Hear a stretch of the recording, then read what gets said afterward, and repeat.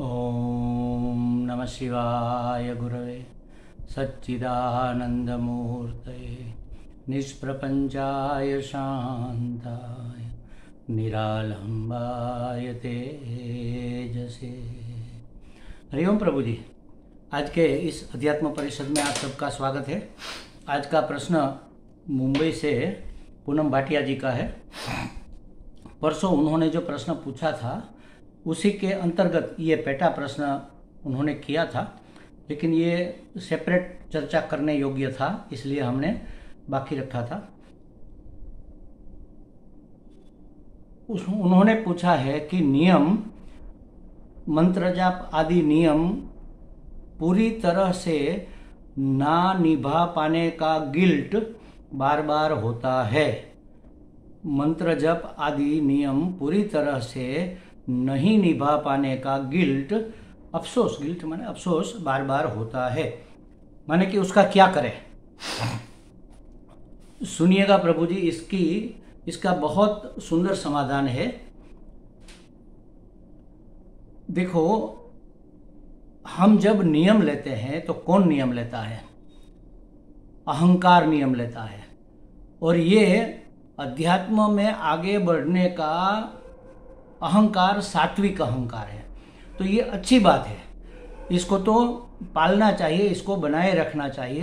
अरे मैं तो करूँगा ही, मैं तो जप करूँगा ही, मैं तो ये अनुष्ठान करूँगा ही, या तो मैं श्रवण मनन निधिध्यासन बिल्कुल नियम से करूँगा।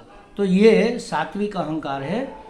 तो उसको बनाए रखना ये उत्तम बात है, अच्छी बात है। ये हमें आगे बढ़ने में उत्साह और फोर्स, ऊर्जा प्रदान करता है। तो इसको तो बनाए रखना चाहिए। लेकिन जब नियम टूटता है तब गिल्ट फील होना ये अच्छी बात नहीं है। जब नियम टूटता है तब अहंकार को घाव लगता है और तब अफसोस होता है कि अरे हमसे तो ये नियम नहीं पालन हुआ, हम तो बस निकम्मे है, या तो ऐसा कुछ अपने बारे में निकृष्ट विचार आते। तब ये अहंकार दूषित हो गया। जो सात्विक था वह अब कैसा हो गया?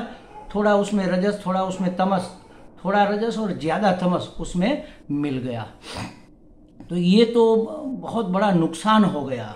दो तरफा नुकसान हुआ।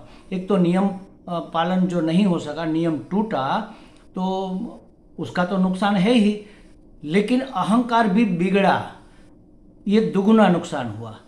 ऐसी बेवकूफ़ी हमें बिल्कुल ही नहीं करनी चाहिए। तो क्या करें?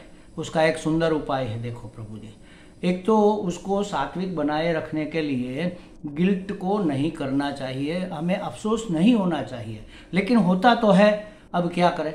अब सोचो किसको अफसोस होता है? जिसको अफसोस होता है वह अहंकार है, या तो आपकी बुद्धि है, वह आप नहीं है। आपके इंस्ट्रूमेंट है, वो आपके साधन है, आपके काम करने के औजार है। तो जैसे नियम टूटने से गिल्ट होता है तो दो तरफा नुकसान होता है, उसी तरह नियम टूटने से दो तरफा फायदा भी हम कर सकते हैं। हमें ये करना है, हमें दो तरफा फायदा कर लेना है।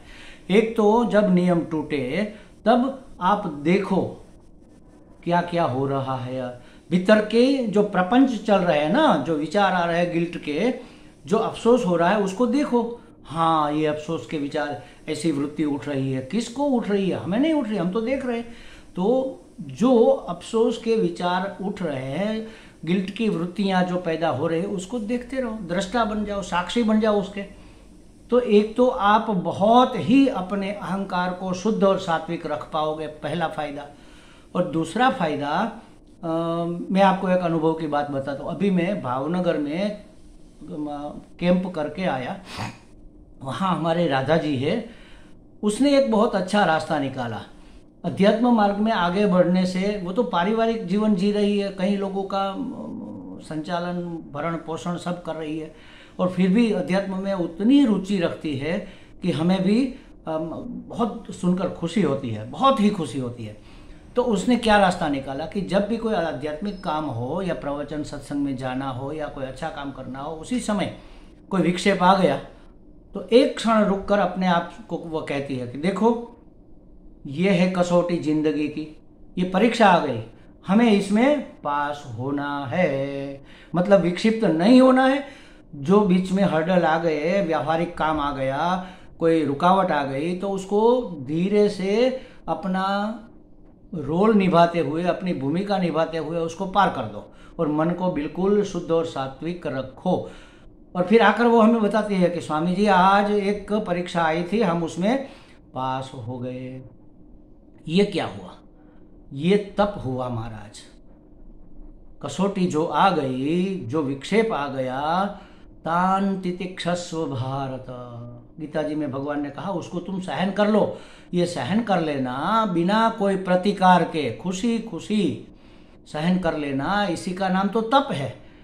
तो एक तो तप हो गया और दूसरा अहंकार शुद्ध और सात्विक बना रहा। देखो, दो तरफा फायदा हमने कर लिया। जब भी कोई नियम टूटे, अंदर से गिल्ट उठे, तो उसको देखते रहो, देखते रहो बस, क्या वृत्तियाँ उठ रही है। हम वो नहीं है, वह वृत्ति हमारी भी नहीं है, अहंकार की वृत्ति है, उठ रही है, उठने दो, निकल रही है, जाने दो। उसको पकड़ लेने की ज़रूरत नहीं है, उसको पुष्ट करने की ज़रूरत नहीं है, देखते रहो। और जो परिस्थिति आई है जिसके कारण नियम टूट रहा है, घर परिवार का कोई काम होगा, घर परिवार का कोई सदस्य होगा, पड़ोसी होगा, मित्र होगा, या अनजान कोई परिबल होगा जो हमारे नियम में बाधा बन रहा है, उसको सहन कर लो।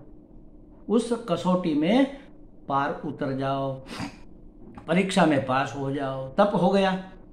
तो ये उत्तम से उत्तम उपाय है। जब नियम, इसका मतलब ये नहीं है कि हम थोड़े लेजी टाइप के हो जाएंगे कि चलो नियम टूटता है तो टूटता है, हम ऐसे कर लेंगे। नहीं, नियम को पकड़, नियम को निभाना है, हमें पूरी शिद्दत से उसको निभाना है, पूरी लगन से उसमें लगे रहना है। लेकिन फिर भी अगर किसी कारणवश नियम टूटता है तो हमें अफसोस नहीं करना है, हमें गिल्ट के भाव को पैदा नहीं, वो तो होगा पैदा तो, लेकिन वह भाव हमारा है ऐसा नहीं मानना। उसके साक्षी बनकर देखते रहो। साक्षी की ये उत्तम साधना है महाराज। साक्षी की भी साधना करनी पड़ती है। इसी छोटी छोटी घटनाओं को बस देखो और जानो।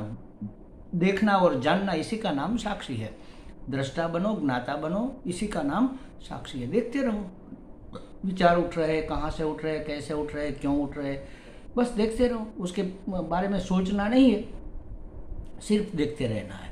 तो अहंकार हमारा शुद्ध और सात्विक बना रहेगा और जो परिस्थिति आई है उसको ठीक से शिद्दत से निभा दो तो हमारा तप भी हो जाएगा, तपस्या हो जाएगी, तितिक्षा की हमें उपलब्धि हो जाएगी।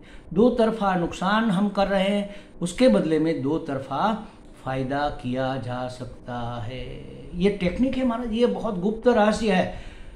ये अच्छों को पता नहीं होता और औंधे मुंह गिरते हैं, अपना नुकसान करते हैं, अपने घुटने छील लेते हैं।